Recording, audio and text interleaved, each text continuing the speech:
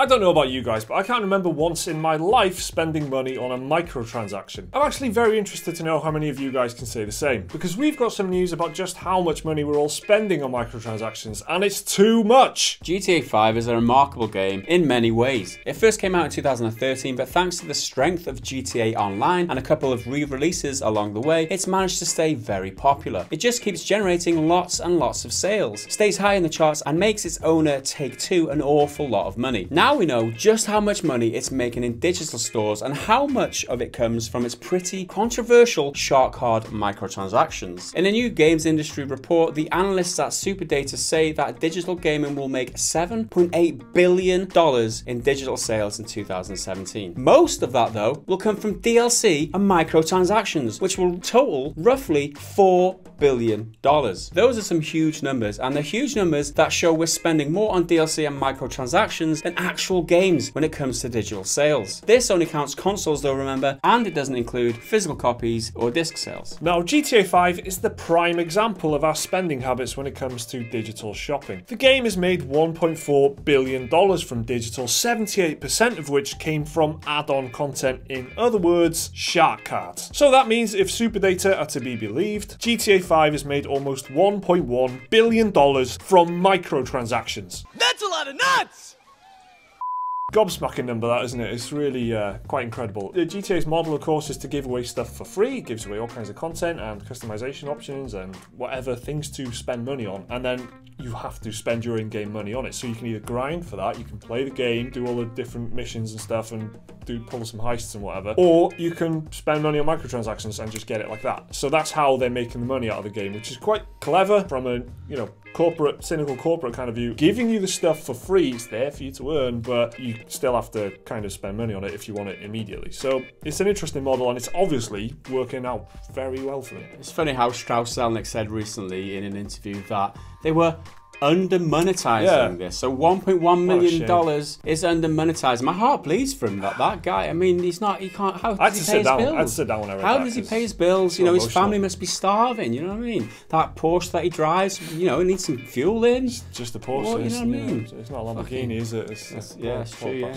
What does SuperData class as an add-on? Well, it's things like DLC, expansions, season passes as well, so that is technically a digital sale, and microtransactions, of course. So shark cards, anything where you spend a little bit of money that you can keep buying over and over and over again, that's all digital revenue. Also, so is a full game. So if you just downloaded that game, if you just didn't go to the shop and you just downloaded it from the PlayStation Store or whatever, or the Xbox Live Marketplace or Steam or whatever you want, all of that is digital. Basically something that isn't a hard thing that you can hold in your hand, like the box game. So most of that is like DLC and microtransactions and stuff. So we're pumping money into this, and GTA 5, there is nothing other than shark cards to spend money on, and it's made so much money out of just those shark cards. It's quite astonishing. I really wasn't expecting it to be the number to be that big, really. Another term that's been thrown around recently is games as a service, and I think that this is testament to how the games industry is changing these days. GTA 5 is the prime example of how they are monetizing a game years and years after release and making a shed load of money. How does this speak for the future? What's the future going to look like with gaming, with GTA 5 breaking the way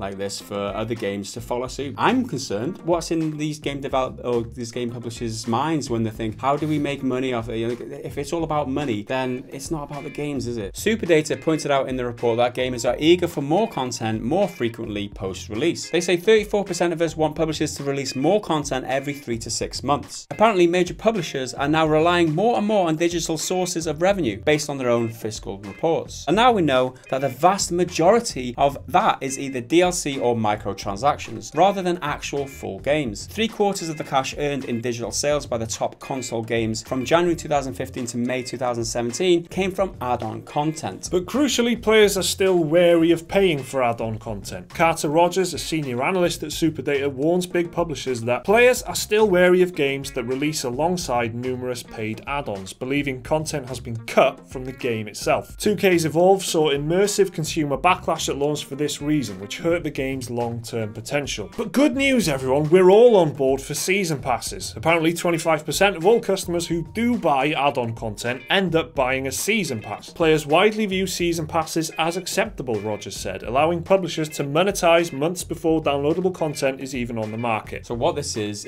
industry analysts telling investors and telling games developers and publishers, we think think it's acceptable to use season passes. Let me remind you guys what a season pass is. A season pass is you giving a developer money before they've even decided what they're going to make for you. Buying a product before you even know what it is, before they've even decided how much effort they're going to put into it and how good it's going to be. Stop buying season passes. This kind of behavior is what's kind of eroding the game industry and the standards that I'm used to. Things only get worse if you buy into this kind of business. It's wrong. Just stop doing it. The season passes that you pre-order as well, that's something I can't get my head around. So it's before the game is even out. You can pre-order the stuff that's going to come out after the game comes out. What commitment do they have to make sure that you get your money's worth out of that season pass? But the fact that you can pre-order the season pass before the game comes out, that's a big thing for me. I just can't believe that happens. You look at most big releases, AAA releases on any digital store now, it'll have like the base standard game. Like, no,